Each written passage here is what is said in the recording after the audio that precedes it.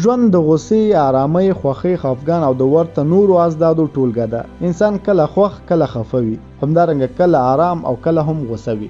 غصه داسې حالت دی چې په انسان کې د یوې غلط فهمۍ، غلطۍ، بې عدالتۍ او نورو عواملو له کبله پیدا کیږي.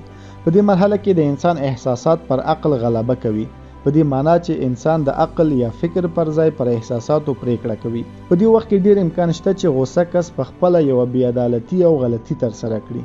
نو ښه خبره دا ده چې د غصې د مهارولو پر لارو چارو پوه شو. په دې ویډیو کې موږ پر همدې موضوع خبرې کړې دي. غصه ولې مهار کړو؟ تر هر څه لومړی باید دا ومنو چې د غصې مهارول خورا اړین دي. څېړنو ښودلې ده چې ډیره غصه د نورو روغتیایي ستونزو ترڅنګ د حافظې د کمزورتیا سبب هم کیږي. نو که تاسو ډیره غصه کوئ، شاید ډیر ژر له ذهني کمزورۍ سره مخ شئ. همدارنګه د غصې نه مهارول شاید تاسو ته ډیرې لویې ستونزې جوړې کړي، ان چې د عمر تر پایه به یې نشئ جبرانولی. نو غوره خبره دا ده چې د غصې د مهارولو له دې تګلارو ګټه واخلئ. په جریان ځان پوه کړئ. کله ناکله موږ پر چا خپله غصه سړه کړو، خو وروسته چې د پیښې پر جریان ځان پوهوو درک کوو چې د غصې حاجت نه و. نو زموږ لومړۍ توصیه دا ده چې د کومې کړنې، پیښې او یا بل هر څه پر اړه چې غصه یې ځان پوه کړئ. دا کار دوه ګټې لري. لومړی دا چې پر کیسې د پوهېدلو په جریان کې مو غصه په خپله آرامېږي. دا ځکه چې ستاسو فکري تمرکز له غصې څخه د کیسې جریان ته وړي او غصه مو مهارېږي. دویمه ګټه یې دا ده چې حق او باطل، سم او ناسم، همدارنګه پر نورو ټولو اړخونو پوهېږئ او سم قضاوت کولی شئ.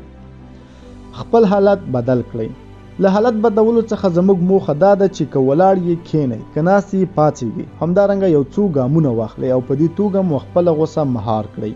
د خپل وضعیت بدلول د غصې د مهار بهترینه تګلاره ده. البته دا د ارواپوهانو لارښوونه ده چې تجربو هم ثابته کړې ده. د غصې د مهارولو دا تګلاره خورا مؤثره او اغېزناکه ده. اوبه وڅښئ. روانپوهان د غصې د مهار لپاره بله لارښوونه دا کوي چې اوبه وڅښئ. د اوبو په څښلو سره ستاسو غصه کاملا ختمیږي او د راحت احساس به کوئ. همدارنګه که تاسو په خپله غصه نه یئ او بل کس غصه ووینئ، د نوموړي د غصې د قرارولو لپاره هم کولی شئ یاد کس ته اوبه ورکړئ. اوبه د غصې ترڅنګ د فشار او ویرې د کنټرول لپاره هم څښلی شئ. ځای پرېږدئ. دا د ټولو انسانانو ګډه طبیعي ځانګړنه ده چې کله پر یو کس یا څیز غصه وي، د هغه په لیدلو سره لا ډیره غصه ورځي او کولی شي یاد کس یا شي ته ضرر ورسوي. نو له همدې امله توصیه کیږي چې صحنه پرېږدئ او که بل څوک هم غصه وي، له جانبینو څخه یو تن یې له صحنې لرې کړئ. حتما به غصه کمیږي او یا ختمیږي. ژوره ساه واخلئ. د غصې د کنټرول بله تګلاره دا ده چې ژوره ساه واخلئ. په دې کار سره به ستاسو غصه په بشپړه توګه آرام او یا هم لږه شي. هیره دې نه وي چې د ژورې ساه اخیستل د فکري تمرکز او اضطراب د کنټرول په برخه کې هم خورا ګټور ثابتېږي.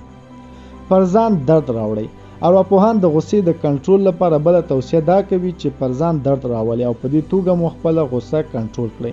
یعنی تاسو کولی شئ خپلې شونډې وچیچئ، یو بالښت او یا بل نرم څیز په سوک ووهئ او ورته نور کارونه چې ستاسو بدن یو ډول درد حس کړي. په دې توګه به مو ذهن کاملا آرام او غصه ختمه شي.